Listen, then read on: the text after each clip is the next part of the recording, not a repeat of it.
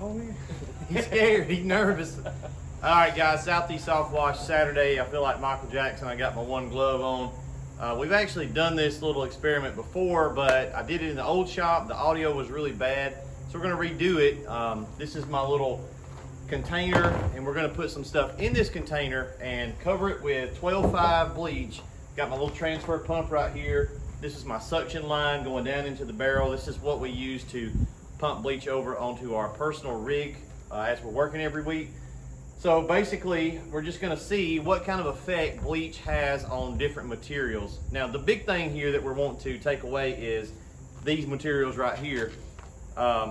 This is my dad, he's a shingle guy, so he's got a YouTube channel as well. Y'all go over there and check his channel out. How do you have it worded? Laying over. You can find it. I'll put a link down in here, find his channel. He's got some history kind of the industry videos because he's been doing this since 1988. 88. Long time. I was 2 years old, so been a minute. But one of the things that we see a lot on forums and Facebook groups, and actually a lot of times I've had homeowners tell me this a lot. Well, I would let you clean my roof, but my shingle contractor told me that you're going to dry my shingles out. Bleach will dry my shingles out. You're going to make my shingles brittle. That's not true. We know it's not true, but we're going to do this video here and kind of debunk that myth a little bit. So maybe you guys can reference this. It's not going to be scientific data. We could do it that way. It would just take a little bit more work. What we're trying to look for is granule loss and flexibility in the shingle. So these are two brand new shingles.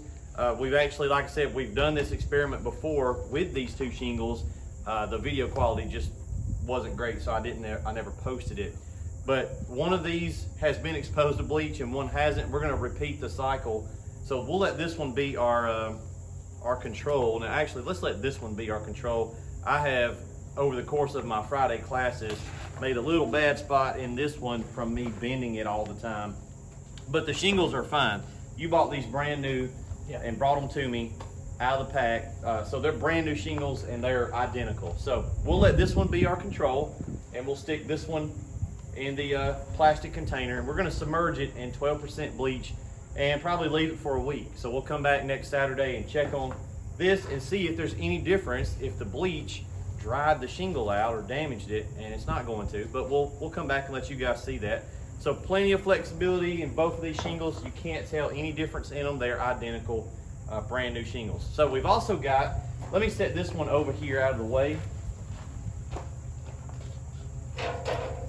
We've also got some other materials here that we're gonna, as we're running this experiment, kind of run another just little test and see what we get with some different materials, copper, aluminum, different metals.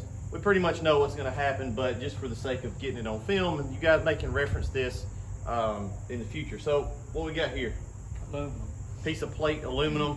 What's that, quarter inch? Quarter inch piece of plate aluminum. So we'll throw that in there. Black oxide, just a standard bolt. Machine bolt, black oxide. We'll throw that in there. Piece of copper, just a straight piece of copper connector for a piece of wire. We'll throw that in there. Piece of brass, all right, see what it does to brass.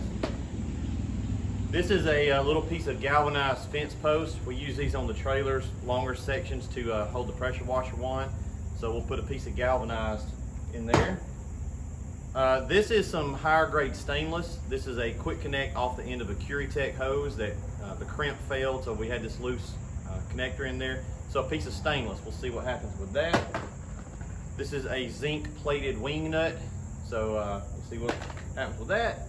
And this is not a Schedule 80, but just a plastic elbow. So we try to use banjo fittings as much as we can because they're Schedule 80, but this is just a standard elbow from Tractor Supply. We'll throw it in there. iPhone, throw it in there. Pistol, no, ain't gonna ruin all that stuff. So set that screwdriver over there.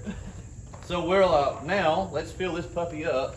I've got my suction line down in the bleach. This is a hot barrel. They just brought me this one this week, so it's fresh bleach. And let's just fill it up.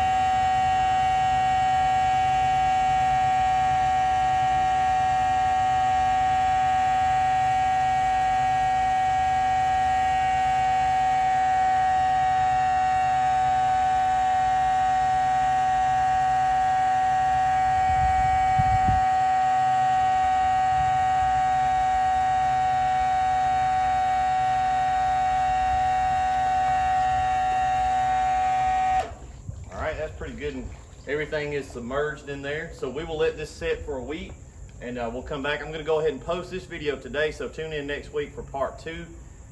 Bleach is a corrosive, bleach is an oxidizer, so we pretty much know what's gonna happen, but I'll give you kind of a sneak peek. This and this are very similar to what that shingle is made of. So if it doesn't damage this and it doesn't damage this, probably not going to damage that shingle either. And this is worst case scenario.